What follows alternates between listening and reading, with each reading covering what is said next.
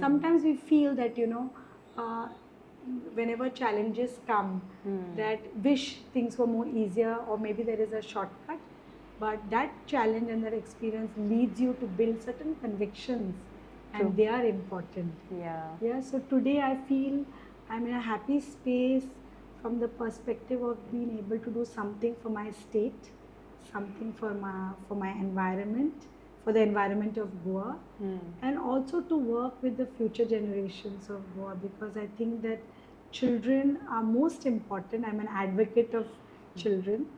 I feel that children are most important, and it is important to nurture them right. And then some of the work got published, and that then there was no turning back. And then I got an opportunity to work before I took the adjunct professor job as such. I also got an opportunity to work at the city level. I was not a master planner. I've just done my graduation, and it's all just from experience of knowing the city and everything. And I got an opportunity to work on city level projects. Wow. Before I could join the college. And then a lot of things, came, I think, as blessings from God, to engage with, the first car-free day in the city, to engage with local people and community, to look at public participation as the most important thing in design. I think it'll be So good to one know is about your childhood. I know that you have been a daddy's girl. some of the best memories that I can recall of my childhood is going to my ancestral homes, and my parents migrated to the city, so I am living in the city, which is Panjim, where I was born and brought up. But I spent a lot of my growing up years in the wild, in the city, in a way, because where we were staying, we had the fields nearby, the mangroves nearby, cousins nearby, all of this. I didn't know what they were called, but it was this just resplendent, beautiful landscape with the hill that we would climb up to and collect berries in the summer. I would walk to school and collect mangoes. Wow. And bora, borums, and a lot of other fruit along the way. I remember returning home from school during the rainy season and collecting as many little froglets and putting them in my raincoat pocket and returning home. But all of this was because I spent a lot of time with my father back in the village. So our ancestral village is called Mashe Kankon, and people know more about Galjibaga beach and the Galjibaga river. And I have such vivid memories of every minute and every second spent there, because whenever we used to go there, my father would love to not spend time too much at home other than sleeping, but rush out to meet friends, people from the community, have a chai at a local cafe and the local bhaji and samosa, go to the temple, because my father, studied at a temple school, because they had a canoe crossing, and it was more difficult to go to the other school that was there, or the English medium school. And so the routine of even going to the temple, meeting the community, going to church every Sunday, where we would cross the river because there was a canoe. So at low tide, we would wear a Sunday best. Wow. But we would have to pull up our dresses, remove our shoes, walk in the sticky soil, get in the canoe, and go on the other side with black feet. Wow. Then dust off the black, sill, because it would just dry off, and wear our shoes again and go to church. And I remember beautiful routines of my father swimming with the dogs in the river. I would follow in the canoe with the boatman, then go to the beach, and he would disappear in the waves, and I would have a pounding heart waiting for him, but collect shells. And nobody was there on the beach at that time during those years, and there were all these special moments and memories, seeing fireflies in my maternal grandparents' place in Veli, going to the streams, playing, climbing trees, eating fruit. We never had to buy fruits. Yeah. And so those are my memories. And How was the weather at that time? I mean, was it different? I don't remember it being very hot like it is today. Oh yeah. It may have been, I mean, moments where, you know, like let's say October, we do get what we call the harvest sun, and people are often drying their paddy on the streets and in the field. But I don't remember seeing the evidences that we are seeing today of unseasonal rains all through the year sometimes, extreme cold, extreme heat, erosion with waves. You know, there's so many things. And it was different at that time. Yeah. And you also had a sibling, right? Yeah, we Older are two one? girls. Ah. My older sister, her name is Savika. Oh. So we were, I mean, our parents were working, and we spent a lot of time together with friends, playing, exploring, all of that. Yes. So I mean, how old is she to you? She's just 2 years older to me. Oh, so that's we're just the 2 same years age apart. almost, Yes, yeah. yes. So best of friends also while you were growing up? Best of friends, best of enemies at different times. Yeah, sure. And I've written a piece about her, you know, Oh yeah. about how while in our moments when we were not the best of friends, but how she was a great source of strength and inspiration to me, you know, as a sister, as a friend, with very strong values and ethics and all of that. What does she do? She's in She Goa? is, no, she's in Goa. She works for a company in Verna, and she lives nearby to Verna, which is Kansauli. Oh, so she's Kansauli not an village. architect. She's not an architect. Oh, yeah. okay. She's All not right, all right. So what inspired you in those early age? So we didn't get to your name. What does it mean? So I was named Talula by my parents because there was a well-known pianist from my city called Talula Gama, and they had heard about her name and they really liked her name, and she was a musician, so they named me after her. But I then inquired into, you know, what my name means, where does it come from, and the investigation led me to a little bit of research that the name actually is Red Indian, and it means lively. Wow. Or, you know, these Red Indians also name after a particular element in nature. So technically it means bubbling brook or a stream. Wow. And I just feel lucky that, you know, I have Such a a name. name which is a happy name. And you can relate to it. Yes, I Yeah? can. Okay, okay. So any childhood memories about your name and people asking you what your name is? People ask me that all the time. In college, I had a professor who called me Hallelujah because he said it was easier to remember. And people, of course, misspell it or, you know, say something else, not knowing. But they do ask me, am I pronouncing your name right? Yeah. So how do you feel? And how did you used to feel about it when you were a child and people were talking?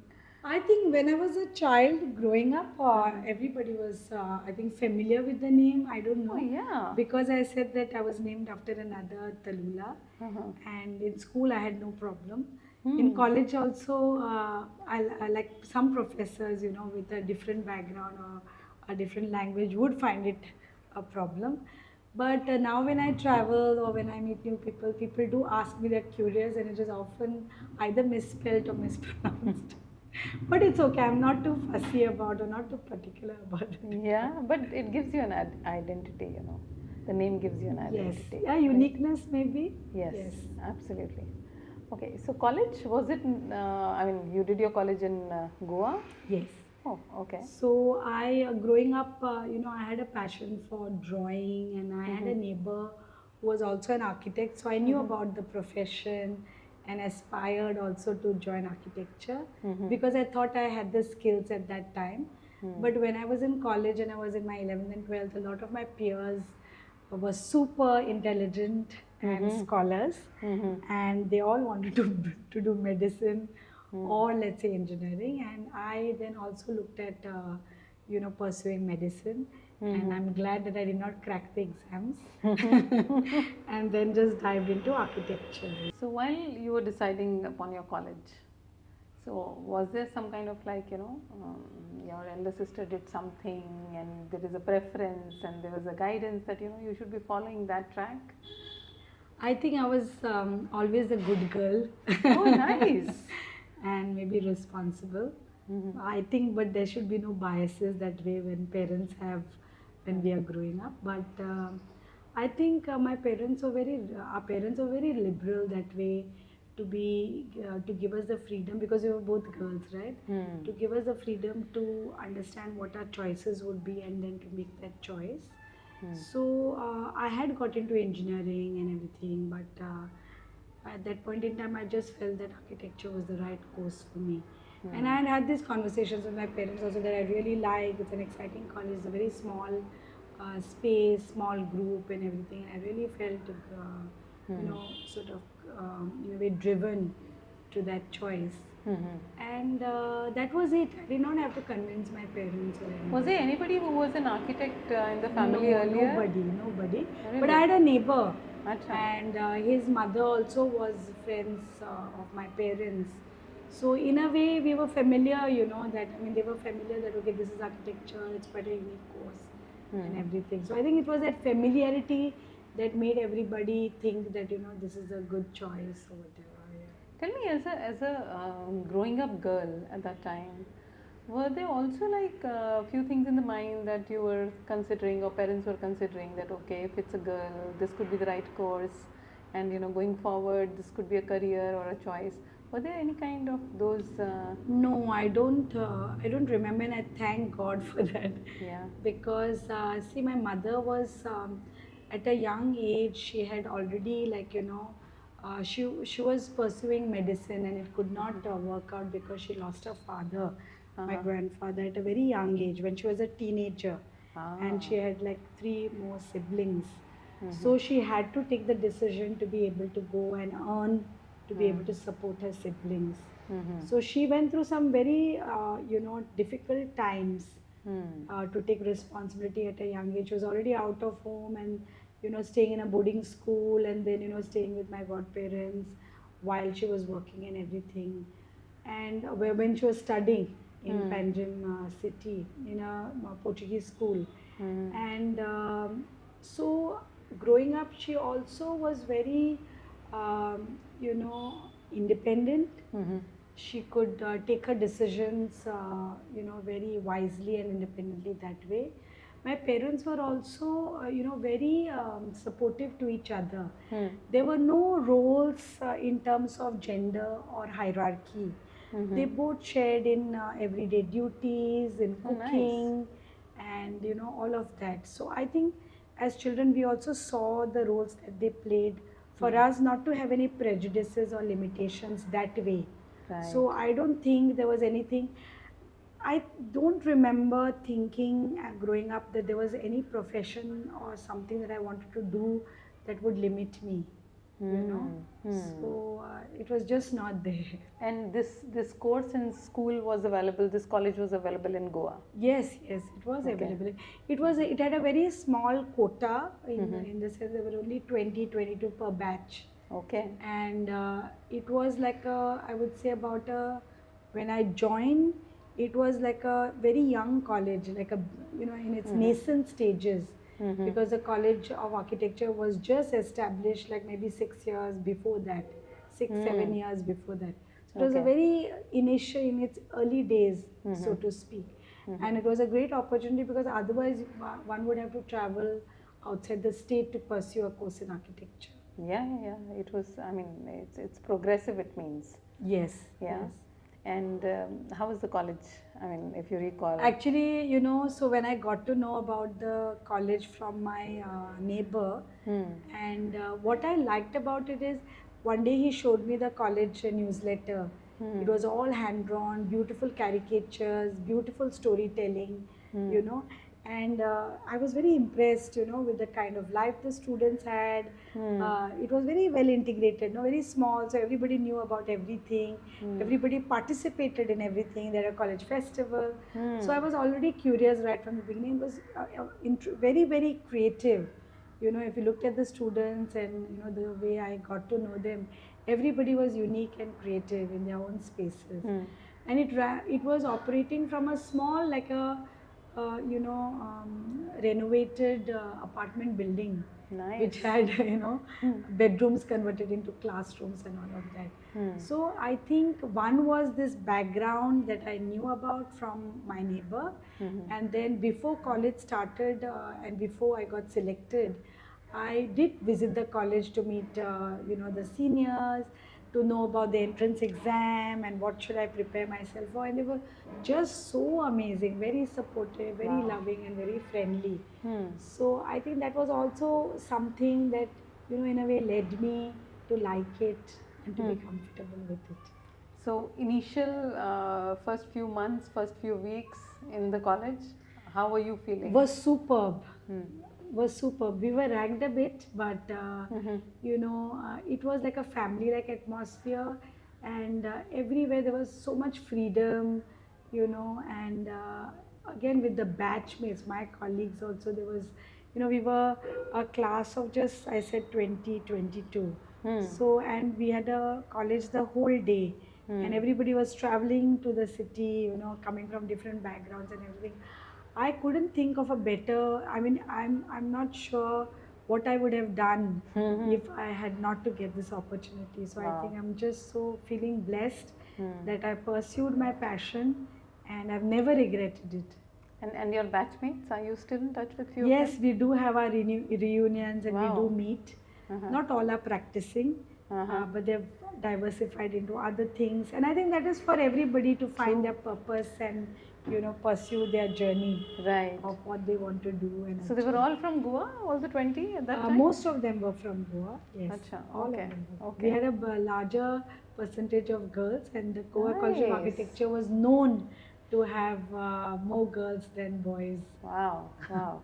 So after college, and how many years of this course? It's a 5-year course, and I would say that what was beautiful about the course was a lot of traveling that we did, because there are a lot of these tours.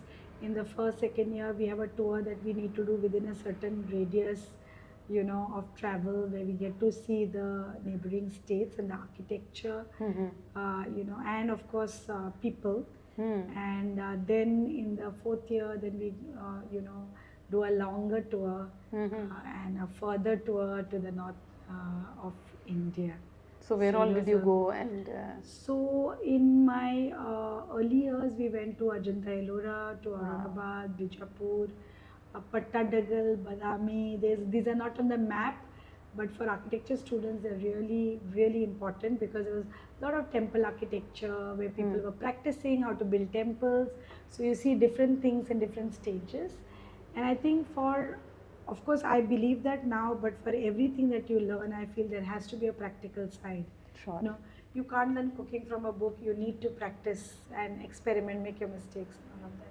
So similar with architecture, we learned a lot of stuff that we were studying from history books, and learned more about the spaces when we went and visited those spaces. Then we went to Delhi, Agra, Chandigarh, nice. Jaipur. So all these which place did places. you like the best at that time? I think going to Simla and experiencing snow Wow. was one of the highlights during that period of my life, because it was something new. There's And, also this temple, Jakku temple. Were you able to visit No, that? no, Okay. That's an ancient temple. And then, of course, another part of college was our internship, which is at the end of the course. And at that time, we were having quite a difficult time in college, because there was some acting principal who had misbehaved with the students. And many times in colleges, this is one of the things that usually happens, where students are involved in some agitation to throw out the principal.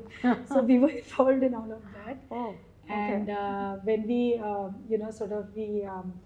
protested, the very next day we were all failed. Oh God.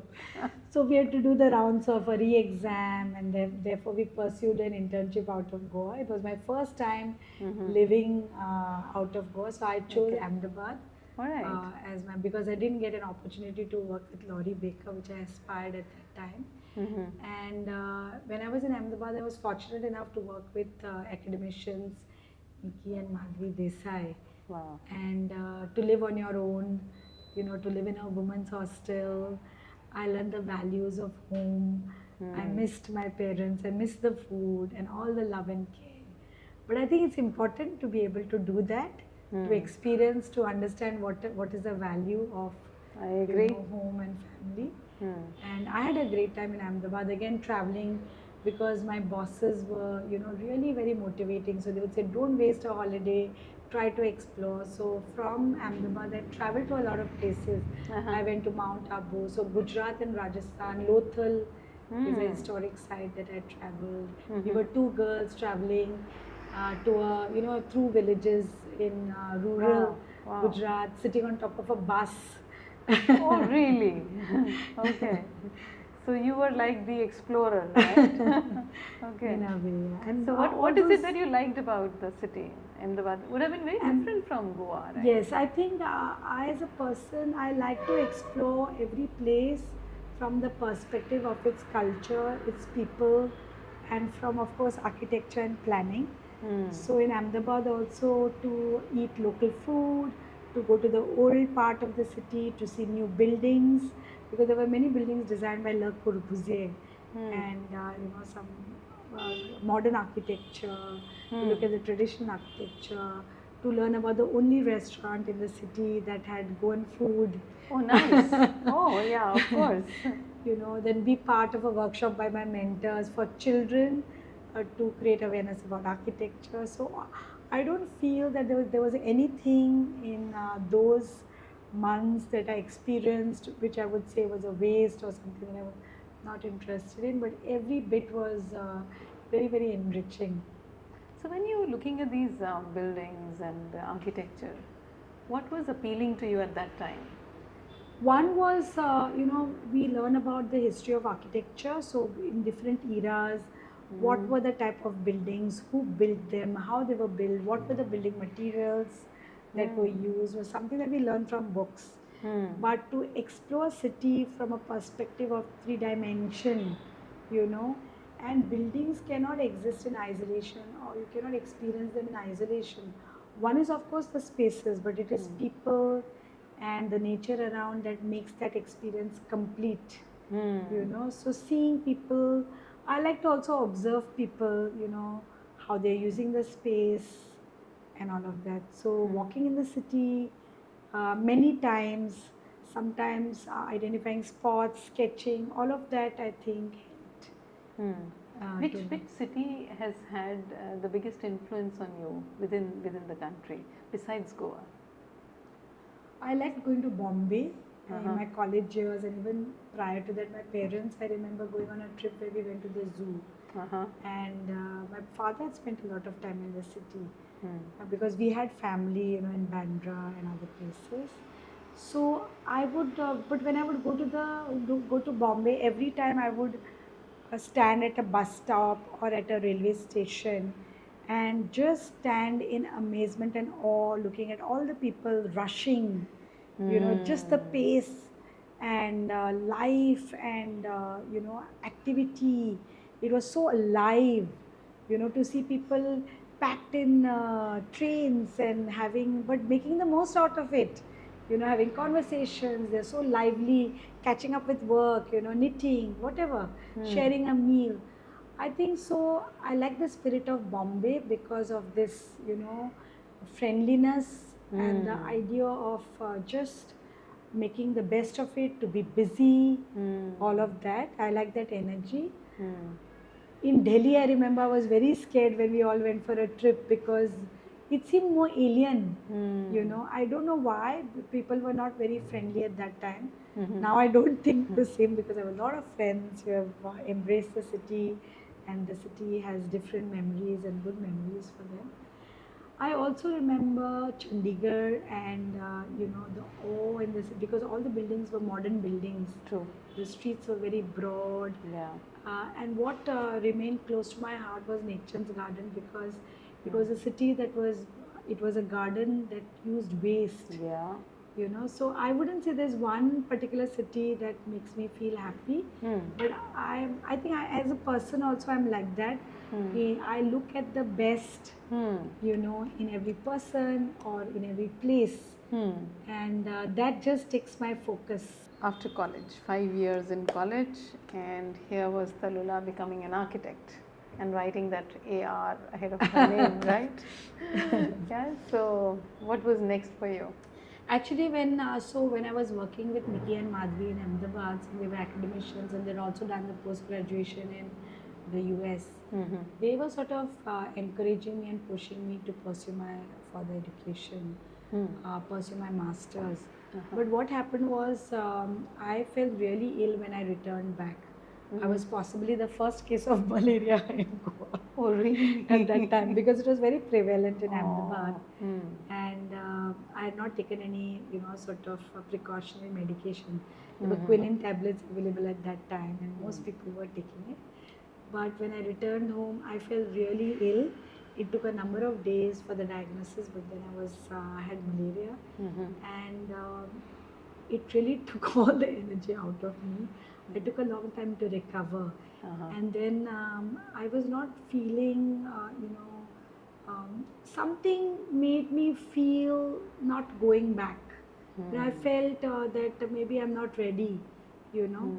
And I was fortunate enough that somebody mentioned to me that there is a person in Goa close to where I stay. At that point, I was staying in another town, Margao. My parents had shifted, and they mentioned about this person, Ramesh Bandekar. It's a local Goan who had worked very closely with Laurie Baker, and since I always wanted to work with, he was called the Gandhi of Architecture. Oh. He had worked with the fishing community in Kerala. His wife was a doctor, was local there. And his philosophy and purpose was simply to serve the local community. So his architecture, defined that low cost way of building. And they were beautiful and stunning, like Gandhi and his khadi. So I got this opportunity there. I contacted Ramesh Pandekar. I went to meet him, and I, took on a work. He was tenure in with Goa him. He was itself. in Goa, and he was doing really amazing, very low key. He was very low key. Nobody knew about him, but he was such a gentle person, and his mentoring also had a huge influence on me. So I worked for nearly a year with him, Okay. and on site. Oh, nice. Yeah, so Laurie Baker's work also was known for that, design and build. So as an architect, you didn't limit yourself to design alone, but you knew how to build the building, and it was always keeping the owner or the client central to that module of design and build, because then you were working to make sure that the right material was used, it was economical, and of course sustainable as well. At that time, sustainable was not a buzzword, it was eco-friendliness. Yeah. So there I was with Ramesh Bandekar, going to site every day, on my scooter, handling a very small workforce with families, also engaging with their personal problems, challenges on site. I had to look at, management of the workers and the artisans, organizing of materials. So I learned a lot. I think, and then I discovered that this is what I like, getting my hands dirty, diving into a space which has a lot of practical working. And I realized that I like that more than sitting in an office space or a space where you just put ideas on paper. So I think in a way I found part of my purpose there. And how And old then were you then at that time? I was just 22. Wow. And because I graduated in 22 and immediately started working with Ramesh Pandekar. Okay. And by the time I was 23, I dived into my own practice of design and build. Oh, nice. How nice. I mean, and you were confident that this is something that you're going to be doing. Yes. Okay. Yes. So what was it when you started, building this, your own firm per se? So I'm very spontaneous as a person. I think I was very bold also at that time. I'm generally am. If I go with this feel and energy. If I feel that something is right, feels right, I will just dive into it. I will just plunge into it. Yeah. So when I was working with Ramesh, a lot of, there was word of mouth.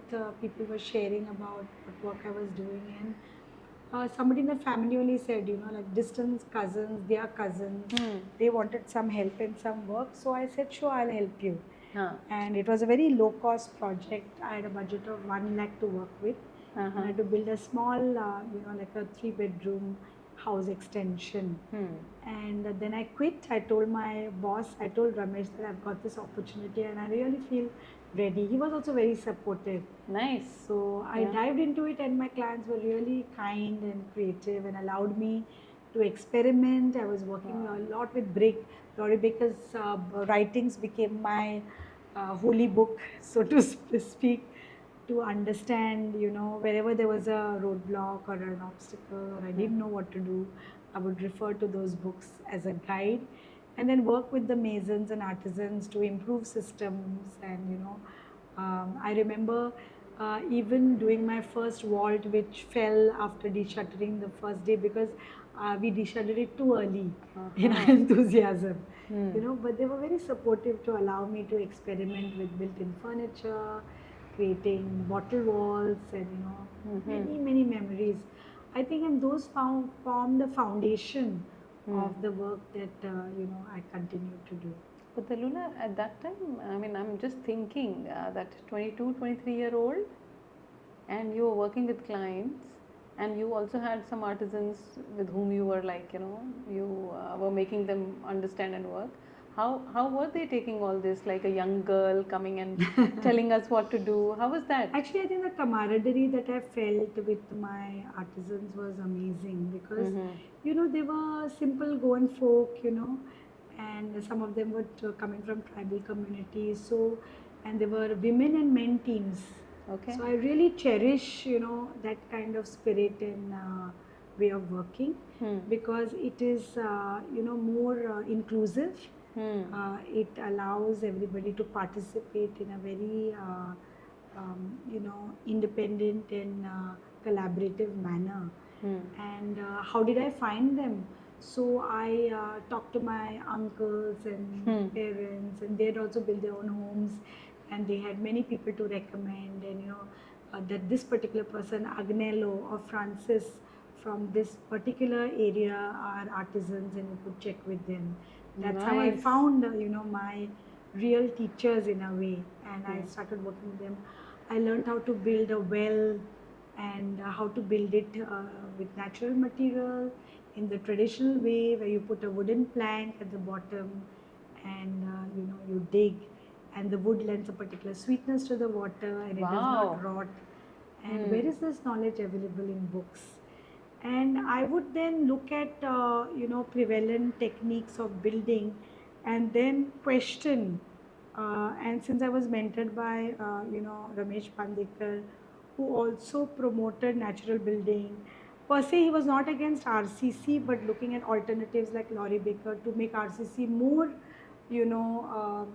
justified in use.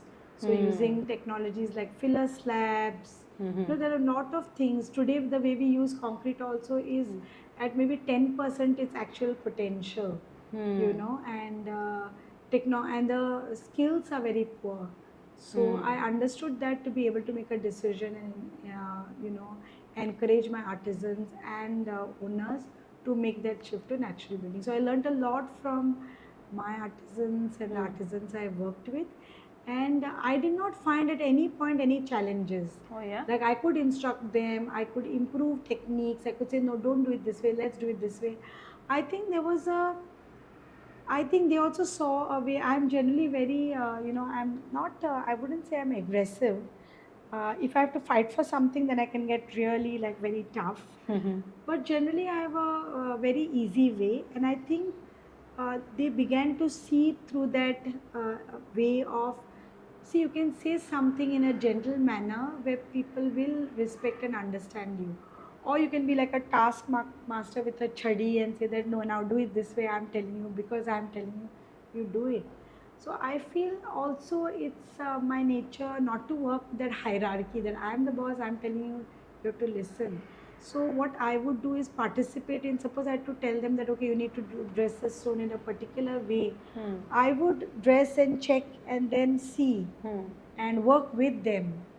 And I think that is where maybe they also felt that I was one of them, to be able to build together. And I like that collaborative way of building.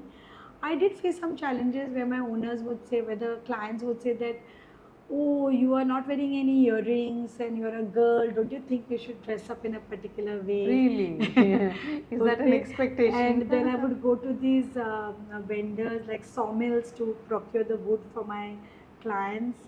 And I would spend the whole day choosing the logs and getting them cut. And most of the vendors were Gujarati. So they would say, घर पे कोई आदमी नहीं है जो ये काम कर सकता है. Don't you have a man who can do this Yeah. work for you? Because Huh. they would think it is very tough. And Hmm. I wouldn't think, that way. Hmm. And then there were other challenges where my clients were all ordinary people, in the sense that they were coming from farming backgrounds, and I felt committed. So right from that time, it was not just a very business-like approach to my work, but to see how I could supplement to support and help people. And I think that influence comes from my parents because they were always connected to community, always reaching out to people in the village, and working with them. So I felt somehow if my client could not go to the department to process the file, then I would do it on their behalf, Wow. fight with the authority or with the officers who were corrupt, you know, Represent and, your and get their Yeah. work done at no extra cost. I just felt that was my social responsibility, or that was a simple, humane gesture I had to do for my clients. And that's how it continued, right? Yes. And till date, that's the way it has been Yes. happening. Yes. So tell me about this college and that you're teaching the students and are learning from you. Actually, I got an opportunity much late because a lot of people were telling me you should try and work with the college because you can do really well because you have a particular way of working with students. And I took the plunge after I got married and I had 2 children. After the first one was born, because a lot of people were calling me, I decided that I'll take the plunge. So I first got an invitation from the college to be a visiting faculty, but within a month, at that time this is very famous architect at that time, the late Charles Correa, who moved his practice from Bombay to Goa. So with him and many others, who approached the government and the chief minister, they requested for a panel of practicing architects to come to college to be able to improve the learning and everything. So there was a job offered as adjunct professor, design chair, and some of us applied for it, and I think I was just lucky Nice. to get. Until then, how many years? Actually, that as adjunct professor, I worked for about 3 years. Before that, how many years Before in that, practice? just a few months. But I was in practice, this was in 2014 that I got an opportunity to be adjunct professor. But by then I started my practice in 1997. So 97, I had a lot of practical experience, done enough work to be recognized, and also in the community to know that, this is the niche that I'm practicing with. So what kind of people would come to you typically before that, before you went into the college as a professor? I mean, if, A lot of, so it was word of mouth again because I was really working on cost effective building. okay. And so if somebody had a very small budget, then I would work around it to make it possible to build within that budget. And then integrating designs which had, buildings which had more light, more cross ventilation. Largely, they may have been modern, slightly modern, more fitting into the regional context also, but also, having design elements which are more traditional. And then I did one, then somebody said, okay, I like this, and somebody else, their cousins came, as clients, and it just grew like that, within a very close network of family who would recommend, and colleagues, their own work colleagues who would reach out. And I think what worked for me is the module of design and build where I could offer my services for building in a cost effective way. So many clients would say, we're not bothered about the design, you can have all the design freedom that you want, but we would like to build within this budget. So and then some of the work got published And that then there was no turning back, and then I got an opportunity to work before I took the adjunct professor job as such. I also got an opportunity to work at the city level. I was not a master planner. I've just done my graduation, and it's all just from experience of knowing the city and everything. And I got an opportunity to work on city level projects. Wow. Before I could join the college. And then a lot of things, came, I think, as blessings from God to engage with, the first car-free day in the city, to engage with local people and community, to look at public participation as the most important thing in design. See, today who are designing us? It is consultants. Even as architects, you're very arrogant. I will say as an architect that I know everything, I'm the best. And I will try to build the most amazing building, and it may not fit into the context. It may be a representation of me, but architecture is not that. Architecture has to belong to the place. It should reflect the user's personality, and it should also have a responsibility to the surrounding area. You can't have like a tall tower which has does not fit into the landscape, right? So I did a lot of work in that area, from understanding local people, issues, local solutions, from the perspective of people, not from the perspective of an architect or an urban designer and a planner or a consultant. And that was the turning point. Then I started getting invitations. I got selected on various forums to mentor youngsters, to teach. And all of that. So how's this? This was not planned, right? You never This was planned. not planned. This was not planned. Yeah, so it was coming, and you were taking it and accepting it. Yes, and yes. Yeah. Yes. And what was coming was seemingly what you wanted to do. Yes. Yeah. Yes. So of course there was some force which was helping you I out think there. so. Actually, when I got married, I fell in love and I got married to another architect. Tell us about that. Yeah. So my ex-husband was an architect, and we were from the same college. But after we started working together, we got to know each other, and then we quoted each other for a long time before taking the plunge. I was nearly 29 when I got married. And then of course the children came. I was finding it very tough to give as much time to work, but at that time, before that, my passion was in mud and doing natural buildings and everything, and also working with the city and participating in reviving traditional architecture, looking at community, looking at social architecture, I think was something that I was very passionate about.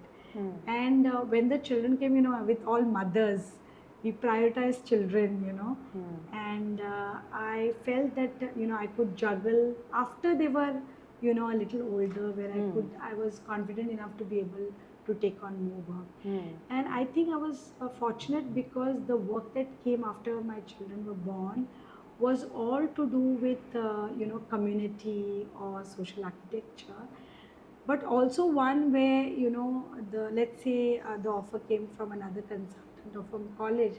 They were very empathetic and sympathetic that I was a mother with a child, and I would be given a lot of time to balance both. So I think now it has become a trend where, women can work, and even if they have children and they want to give their time to children, companies give flexi hours, hours in a week, which you need to clock and do your work in a very comfortable space. So I think I was very lucky because all those things led on to things that I felt really committed and passionate about. And unfortunately, about nearly 10 years ago, I and my ex-husband went through a separation, and I then deep dived into my true passions of mud and reviving it, and there has been no turning back. I also feel, that all of us have a purpose. True. And every experience leads you to that purpose. Some experiences you may feel that, oh, I'm not doing that particular thing, but there is, a run up to it. And therefore, there is you are led, to that experience. And I think you need to have a little more maturity, things change, your perspectives change. And I think all those are part of that learning. Sometimes we feel that, whenever challenges come, that wish things were more easier, or maybe there is a shortcut, but that challenge and that experience leads you to build certain convictions, and True. they are important. Yeah. So today I feel I'm in a happy space from the perspective of being able to do something for my state, something for my environment, for the environment of Goa, and also to work with the future generations of Goa, because I think that children are most important. I'm an advocate of children. I feel that children are most important, and it is important to nurture them right. If we nurture them to have that bond with nature, I feel it's just also drawing on from my experiences as a child and what I experienced, you know. So if children have that bond for nature, then they will take ownership of nature, whether it is Goa, whether it is their own state or Yeah. their own land. And it's all universal. And once you create that bond and have that ownership, then you will fight to protect it. So I feel committed, you know, to that cause. So what's happening now, and what is it that you're doing as of today? So, while I was, the turning point with looking at mud as the most sustainable material came at a point where, you know, every project I was working on, the material was, I mean, termed as eco-friendly, right? So people were still wanting to source out for lateritic stone, which is very common in this region. And I was finding that laterite stone was becoming more and more expensive. Certain building materials, like sand, was being illegally mined. And when I saw, and Goa also at that time was at a crux, you know, a lot of construction was beginning to open up. And when I saw that, I felt very disturbed, you know, where a lot of, like, let's say, land was being flattened, hills were getting, you know, cut, and laterite stone and material was also becoming, in a way, you know, in a way not accessible. And then I made that shift, you know, I felt, and it led me to a search of then what is the most ideal material. And Laurie Baker is the one who said that mud, the answer is mud. And then I began with a lot of experiments with other colleagues, engineers, owners, clients, on working with, you know, different combinations with mud. And parallelly, it also led me to work on environmental issues. Many things were happening parallelly to strengthen. So, you know, it's not just profession in one direction, but it is all connected to land, soil, environment, people, and what is best for the state.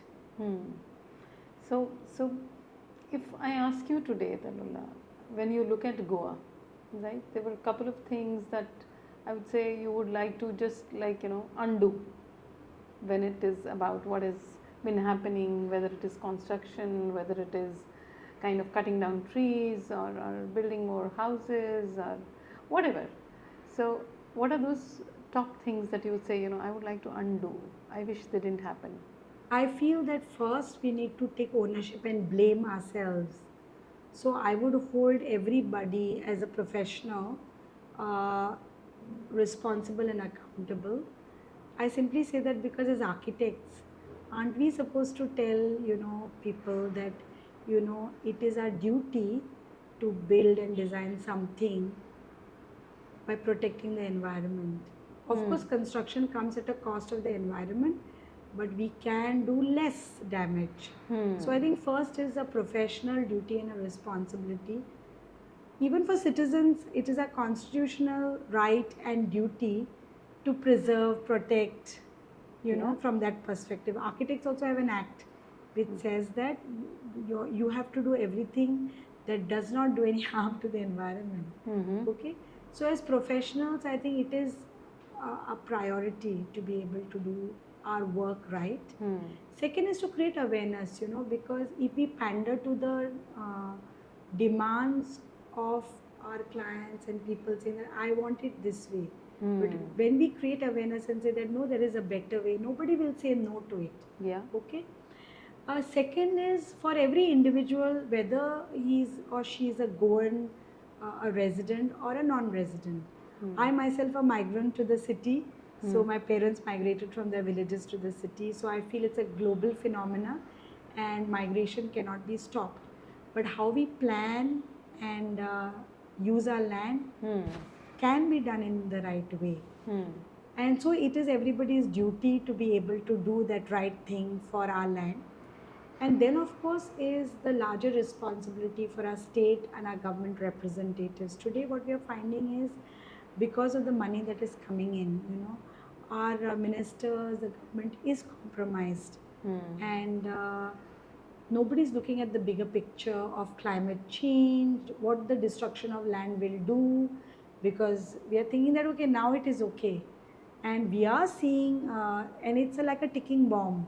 Like how the pandemic happened, the same thing with landslides and climate change.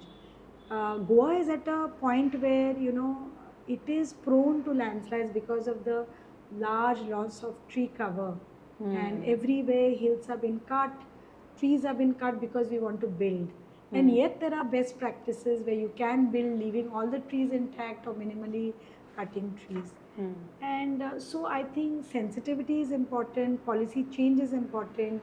We don't have to wait for an Arpora like incident to happen where there was an illegal building that was built in the salt pan and it had got all the requisite permissions from the GCZMA to the TCP and everything. We don't have to do that, We have to be respectful to the laws in place. And I think our government needs to take ownership while it's citizens. I'm not saying that one person, but everybody has to take a collective responsibility. And everybody will tell you this. I remember the Goa of my childhood, but everybody will tell you that Goa is a land which will welcome you. And I think every place has that, which will welcome you, will open arms without any prejudices to offer itself, its goodness. So if everybody feels that, Goa is so amazing, what is amazing about Goa? Isn't the land, its trees, its rivers, its pristinity so amazing? So if that is something that we really enjoy, it gives us peace of mind, then don't we have to participate in protecting it as much as we can? Sure. And tell us the children that you are training, and so what's that program that you're doing with them? So I have a partner, and both of us, his name is Vishal, and for a long time, since prior to the pandemic, we were working in college together to look at these outdoor learning programs, which then became a outdoor learning hub program. Where we would take children, largely children, to outdoor landscapes. And Goa has many of them, right from forest to riverine, mangrove, beautiful, stunning landscapes. These landscapes of our childhood, to create this learning with nature. So they were called the traveling room hubs, and the initiative kept evolving during the pandemic because we were not allowed to step out. It was called the backyard class. And now we run something called the micro school. It's called the Forest Micro School. Nice. And we work with toddlers, largely toddlers under 5, 6, and parents, because today a lot of parents. So many of the children that we are working with, the parents come from mixed backgrounds. We have a Punjabi married to an American, or we have a South Indian married to a North Indian. We have a lot of Russians married to local Goans, right? But what is amazing is every parent feels that they want to connect their children to nature, and schools today are not giving that opportunity. And so we are just doing that. We're taking the children to the backyard where that becomes their school, an open school, where they look at, they know which are the wild edibles, they identify better than their parents. Nice. The leaves that are edible. We teach them a little bit of, building, making road bridges, swings, basically spending time in nature, doing things together and learning from observation. That is one part of the initiative. But I also do a lot of work with schools. Some of it is voluntary, some of it, where they do pay a remuneration. And with another friend, I've set up Tamrimati Foundation, which is purely looking at skill building, for the region called Konkan. I don't know whether you know, Konkan is a unique region, a coastal region, which includes Goa, Maharashtra and Karnataka. Right. With a unique culture and everything. So we are trying to revive, because today in the market you can only build with cement concrete, and nobody knows how to build alternatively and traditionally. So we are teaching students from all across India, from different institutions, with this module. So simple, same way of learning with nature and learning from. And these courses are like, they last how long? Some of them are one day, some of them are 1 week, some of them are, over the months where you do one program, then you engage with another program. We are getting more and more parents now reaching out to tailor curriculums. So even with the micro forest school, it is all need based. So if parents feel that, okay, this is something that the child needs to be exposed to, it's a very flexible program. I think today what you need is not a rigid syllabus, but the focus should be on what are the future skills that one would need. True. And how you can get the best from observation and from nature. I think that's an excellent thing, initiative that you're doing. Only thing is that I think it's always good to have something which is continued. Because you do it once, you like it, but then you get back to your normal environment and then you tend to forget. So it's always good to have a program which keeps bringing you back. Right. And you're always you continue to learn, like a curriculum in a school or a college, right? Yes. Every day you go there and then it gets into your So system. now actually, as per the NAP, the schools and colleges have been mandated to integrate more field trips, more project-based learning. So we are also hoping that we can integrate this, do teacher trainings. We are working with nature educators right now, so that they can come and attend and see, because one person cannot make a change. One module will not work for everybody. So we need to build strength with more and more nature educators, more and more schools that can offer. Why can't every school be like this? Why can't every learning experience be like this? So I have a lot of now, individuals, non-architects, architects, architecture students who are reaching out to me, and I'm trying to be committed and I'm trying to mentor them so that they can, close that gap of where there is a lack of practical understanding. So I have a lot of students now who are learning the design and build method, so that once they graduate, then they can, just simply practice and help more people. Nice, great. So Talula, doing all this, these initiatives at a school level, very, very young level, and also the budding architects and professionals, what are you expecting? That what is going to happen? What change are you driving? When I reflect back and see some of the kids I've worked with, there's this Kids for Tiger program that I coordinate. It's more than 10 years old. It's a national level program. And many of the children who are part of that program today are activists themselves. They are also passionate about the environment, and in their own spaces and in their own fields, they are making a difference. So I feel we need to build a next generation of, so if I have an NGO which works in that space, I have to have the next set of people who will take the work forward. And I'm already part of other NGOs who have done that bit. We have a young group of individuals who are already, stepping into the shoes of the seniors. So what is the future? I feel that our children and teenagers and young adults are responsible, and their heads are full of ideas. And I feel that we need to give them that opportunity to be able to take whatever their passion is forward. So because every day I get a call from like a student saying that, ma'am, I really want to. I have a student now who is in the second year who has a break. Actually, she should be partying and enjoying, right? But she wants to volunteer and work in the 3 weeks so that she can gain some Wow. experience and exposure. So I feel, what is the future? I feel that we have a very aware citizenry, and we have a lot of activists in Goa.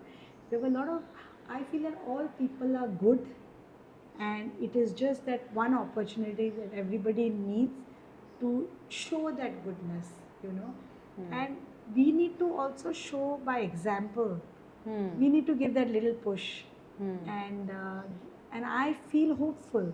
You know, I feel hopeful that though it looks very bleak, and every day we are seeing, you know, environmental destruction and everything, I just feel that there is hope, and we have to do whatever we can. Even one small step is enough. But in your heart, you have to feel that you can make a difference. Of course, if you give up and say that I'm going to live my life, I'm going to just do what I want, I'm going to take what I want, and I don't care whether I want to give back, then all is lost. But if you can inspire one more person, you know, that even if you do one little bit, it will make a difference, and that is important to do. Very, very interesting, Talula, and very impressive what you're doing. You have definitely ignited, you know, and I'm sure that you are on a daily basis touching many lives, improving lives, and also for the lives to come, so that you're trying to make this place a much better place to live, and it shall continue to become a better place. Thank you very much. It was lovely having this talk with you, and we wish to see you more often. Thank And you. let us know how we can make our contribution to anything which is towards making this place better. Love to hear you more often. Thank you. Thank you very much.